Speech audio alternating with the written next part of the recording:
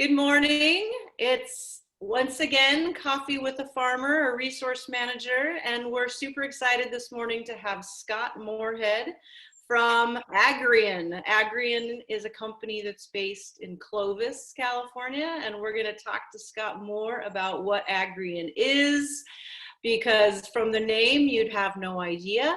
But it is an incredibly innovative and important company in the agricultural industry, and I'm super excited actually myself to learn more about Agrian from Scott.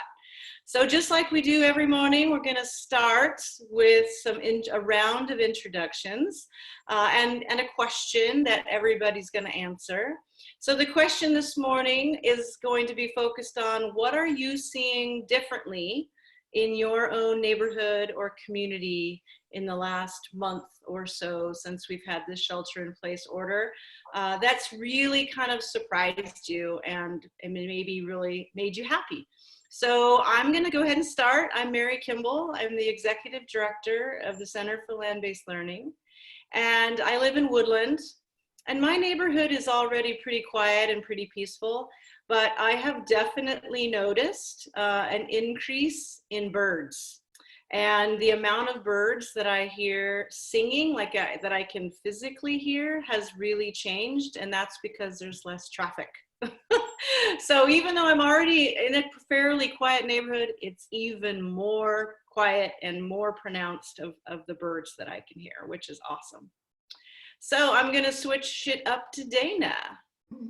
Good morning. I'm Dana Baker, the Tehama County Farms Leadership Coordinator, and I'm coming to you from Red Bluff. I live in a very rural area, and so pretty much surrounded by walnut orchards and agriculture. So honestly, not a whole lot has changed in my little neighborhood because ag is still well underway. So they've been spraying trees and getting ready to plant. They've planted sedan. All those things have happened. But just I have noticed, there's more neighbors that are out walking. I've seen kids up and down the roads on bikes that I just didn't even know existed here. Probably, they go to school with my little ones, but maybe just don't, have the time to get outside and play, or their parents aren't kicking them out because they're driving them crazy.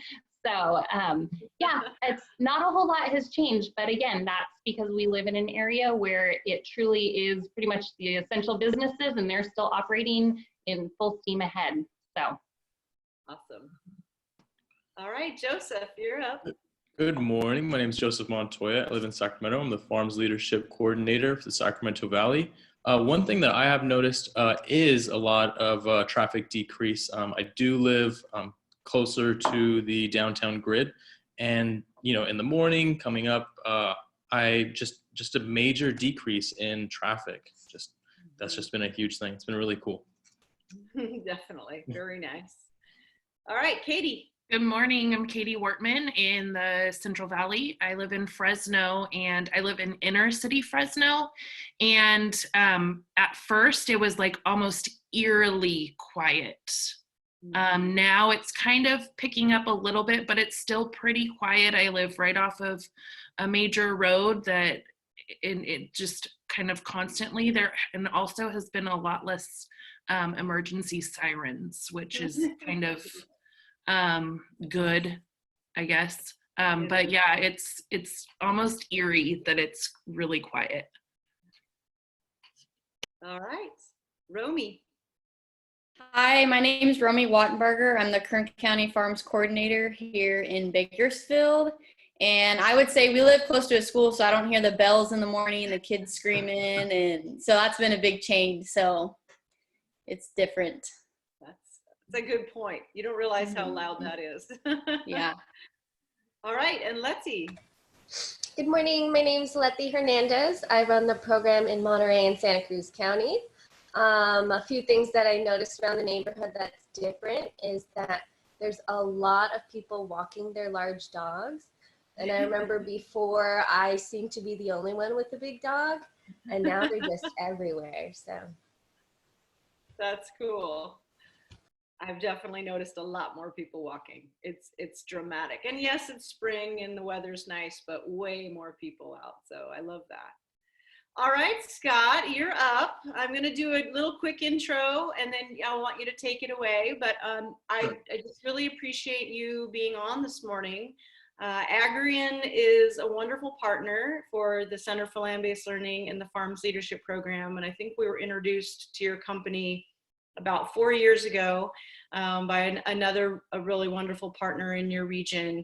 And I remember the first time walking into your office and learning about what you guys do and just being really overwhelmed and so amazed by the kind of company you are and what you do on a daily basis. So I'm again thankful that you're here, that your company is a partner and a supporter for our youth around the Fresno region. And I think people are going to be very interested to know about the company and what you do and how you came to it. So take it away for us, Scott. Sure. Well, my name's Scott Morehead, and I've been working with Agrian for just over 10 years now. Wow.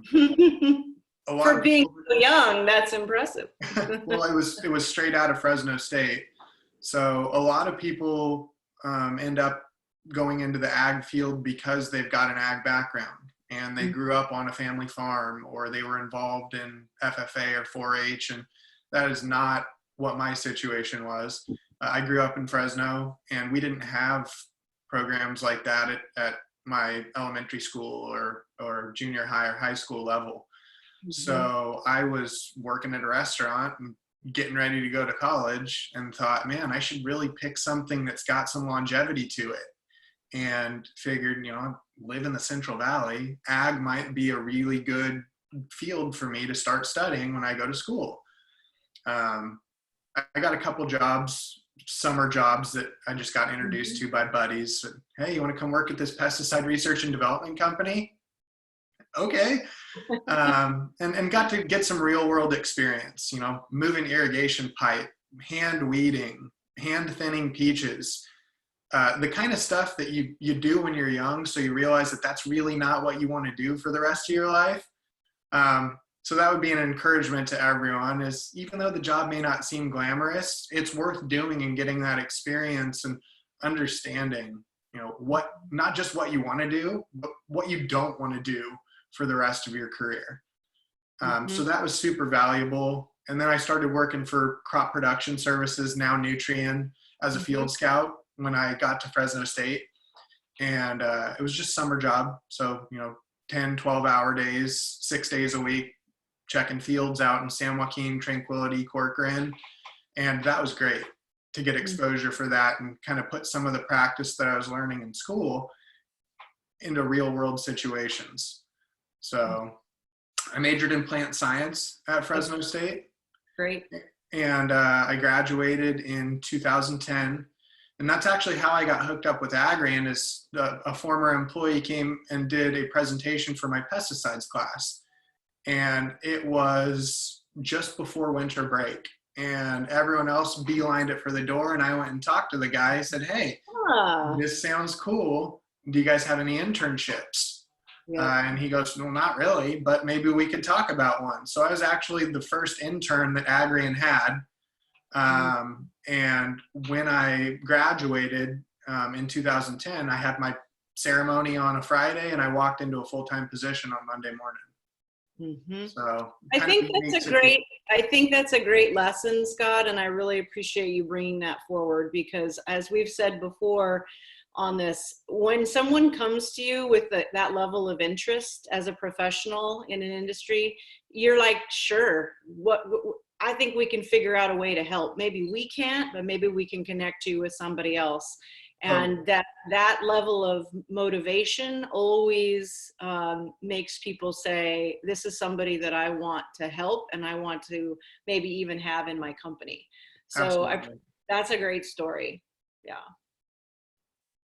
Yeah. So sorry, didn't mean to interrupt you. Go. You might need to interrupt me a little bit because I could get going and just not stop for a half an hour. But I remember growing up, my mom, my dad telling me, this is how you behave in a professional setting. You need to look people in the eye, like have a good handshake, ask questions, like be direct about what you're trying to get at. And I always kind of discounted that advice. But as a young professional now, when I see someone that comes in and they interview well and they're not wringing their hands and cowering in the chair as you're talking to them, it really does have a different impression for the person that is you're conducting the interview and potentially going to be hiring you to come in and work for the company. So those are all super important things that I devalued in my younger years. And I would suggest that people going into a professional setting really take those to heart. That's right. So what is Agrian? Tell us what Agrian is Sure. and what you do, and then specifically what you do for Agrian.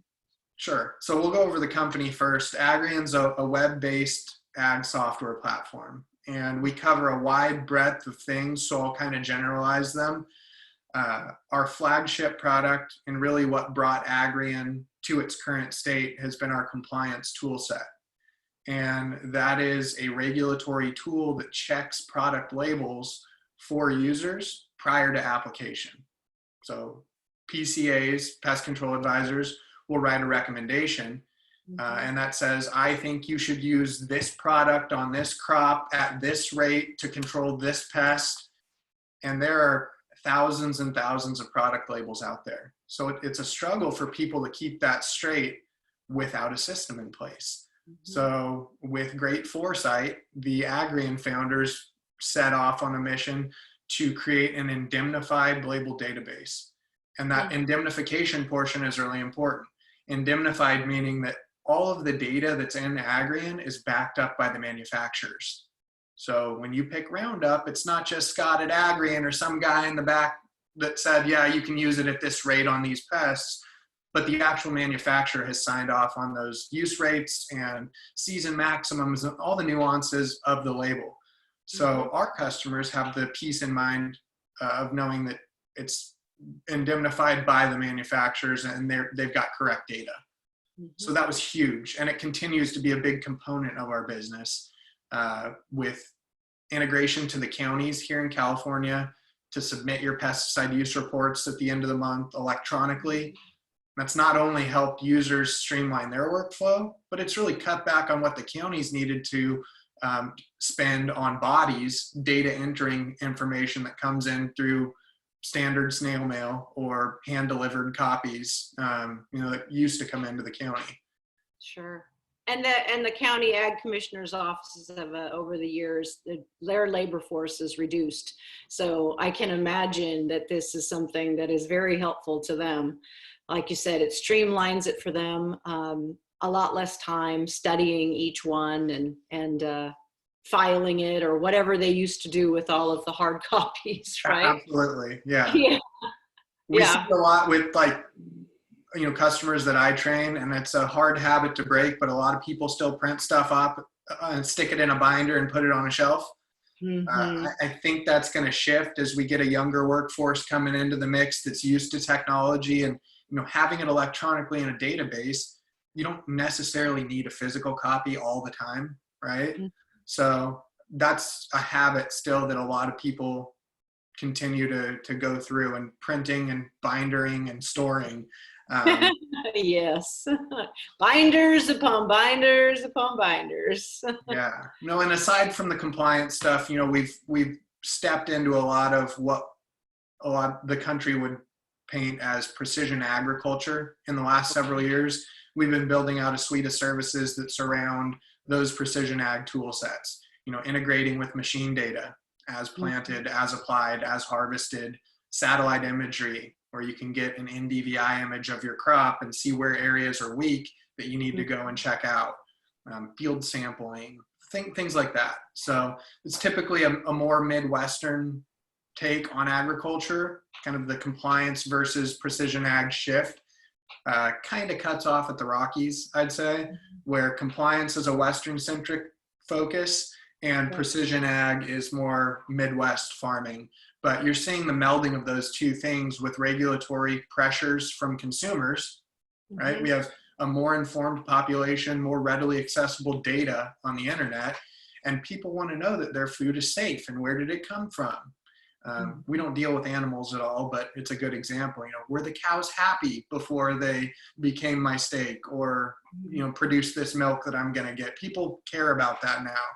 So being able to document that stuff and have it on hand for, you know, upstream buyers, food companies that are trying to market your stuff is huge. Right. And so I know when I visited Agrian, I was super impressed and interested in all of the different kinds of jobs that are at your company. So I definitely want you to talk about what you do, but I also would be great if you could just kind of name some of the other jobs. Like there's programmers there, like there's a whole, right? I mean, it was very tech heavy. And again, a lot of people don't connect agriculture with tech, which is surprising to me, because when you're in the industry, you know how much tech there is and how many jobs there are in tech. But I think that, you know, people are often, they like, I really want to go into agriculture, but I want to be a computer programmer. And I'm like, yes, and you can do that. So it would be great for you to talk a little bit about some of the other, your own job, but also some of the other jobs at Agrian.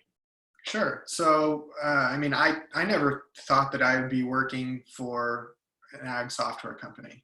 You know, when you asked me at Fresno State, what are you going to do? I was going to be a PCA. I'm going to go out and I'm going to, you know, work for one of these major ag chem retailers and go take care of growers.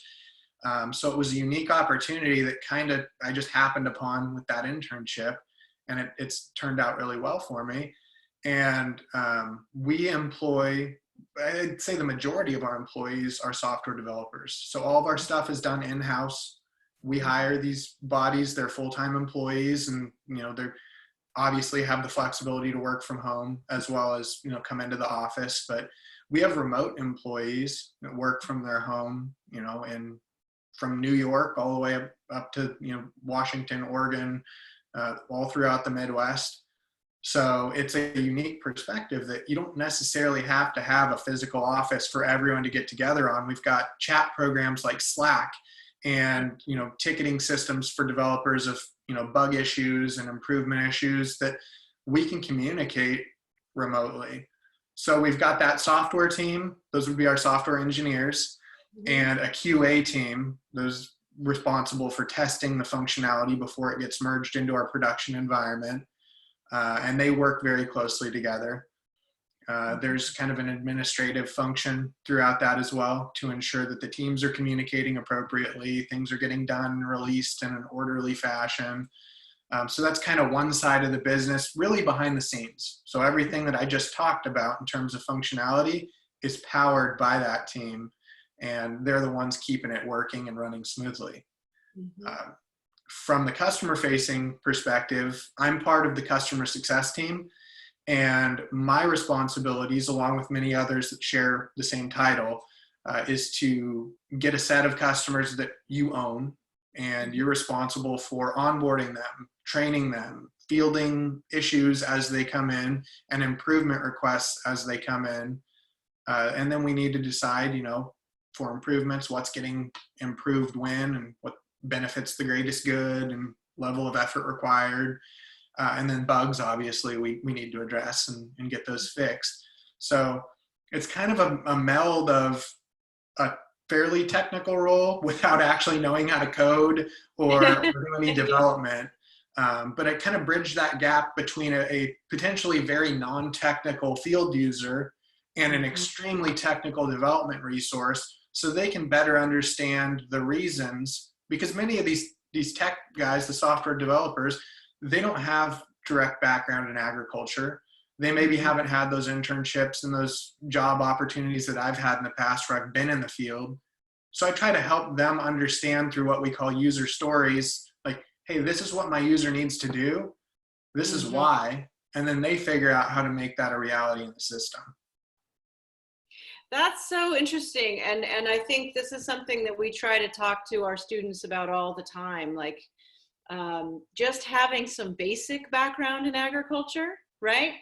Even if, you know, if you're going to become a computer programmer or whatever it is that you end up doing, having that basic connection is so critical. And as you're describing it, because you end up being that bridge, you're able to then be the person that helps the tech guys who don't have, and ladies who don't have any of that background, and the end user. And so you actually become more valuable because you've got that basic agricultural background and those experiences that you had as an intern, as a summer job, whatever it might be. And like you said, not all of them exactly were obviously very glamorous. And in fact, usually they're not at all. Right. But they provide you the background so that you can better probably relate to your customer, right? I mean, you can better, I did several summers of thinning peaches or whatever it is, right? You Totally. have, or moving irrigation pipe. Because I know that when, in some of my first jobs, I mean, I grew up on a farm, I was in agriculture, but I moved to Ohio and I was working for an ag chemical company, American Cyanamid, and I was a sales rep in the field. And it was this constant, like, you're from California, and let's just be honest, you're a woman. They didn't say that, but they should have. So what do you know about agriculture? Right. And so it was this constant, I was constantly battling that perception and perspective of, these folks think I know nothing. So it didn't take long, because then I was able to speak the farmer speak, and they knew that I had that experience. So my guess is, as a customer service representative, customer support, that experience is going a long way for you in helping. Totally. And I'd show up in locations back when we could travel around and visit people in person. Back in that other time frame in our world.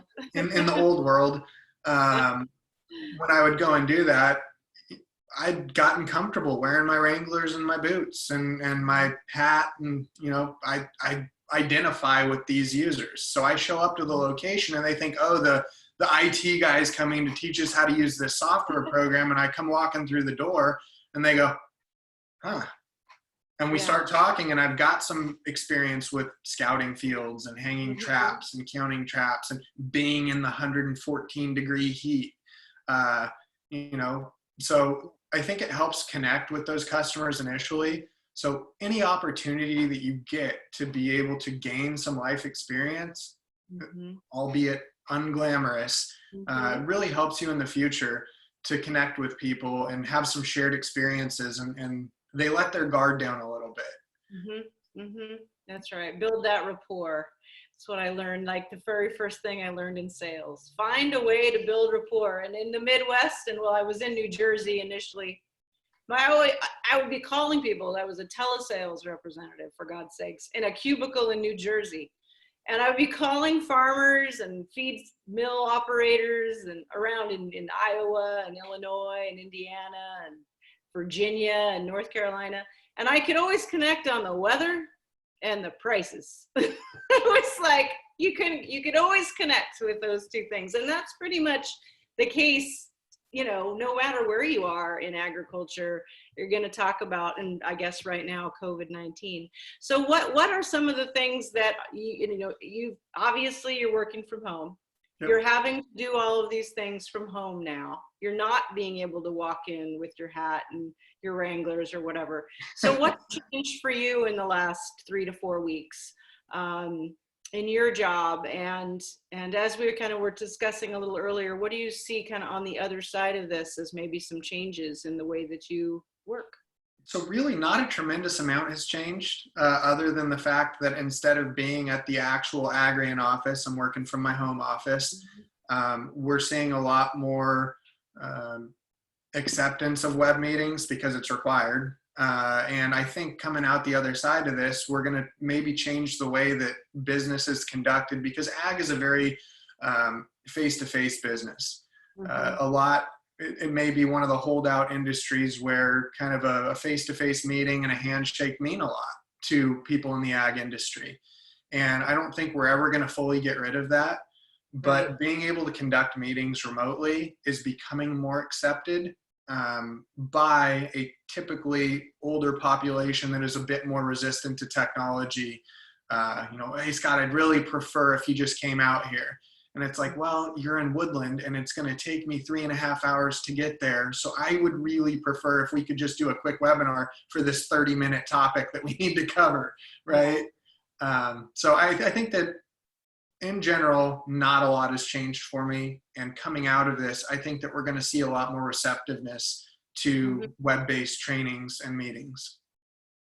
So if you were a young person right now and you were in high school or in college, studying ag and environmental sciences, like plant science, what, like some of the things you studied, what would you tell someone to look to the kind of future jobs? You know, what are some of the things you might be seeing on the horizon, whether it's in your company or just out there in general? What are some of the things you'd tell somebody, you should be studying this because that's what I see in 5 years or in 3 years? Yeah. What are some of those things? Well, technology is only increasing in the world in general, right? So, 10 years ago, there was no such thing as an iPad. Now everyone's got one. It's changed the way that we do field scouting. I used to have a little triplicate paper that had the white copy, the yellow copy, and the pink copy, right? To push really hard to get the transfer to show up on the pink. That's gone. We're doing geo-referenced scouting through our app now, where it knows where you are based on your location services, and it'll drop that pin. So I guess a humorous aspect of it is when I see people's resumes come in, the kid's 19 or 20. Kid, now I'm 33 and I think they're kids. Yeah, be careful. I see proficient in Microsoft Word, and it's like, I kind of expect that at this point, right? So if you don't have those proficiencies, something that used to be a gold star on your resume has now become table stakes. So being able to use Microsoft Office and know how to email and access the internet and be able to do that stuff, I'd say that tech is something that you need to make sure that you're at least comfortable with. You don't have to go get a degree in computer science, but make sure that you know how to use a computer, because there's hardly any job that you're going to use that you're not going to be utilizing that kind of technology. I would also encourage everyone to take a good hard look at Fresno State. Oh, way to go, Scott. Get it in there. But yeah, we do something that you have some passion about. My deciding factor was I wanted a career that was going to be able to continue on, and I wasn't planning for a global pandemic, but ag has been an integral piece of that and continues to be an essential service. So I made a good decision coming from a non-ag background and having job security, and it's something that I enjoy doing. So I'd encourage you guys to follow something that you're passionate about and you can enjoy showing up to.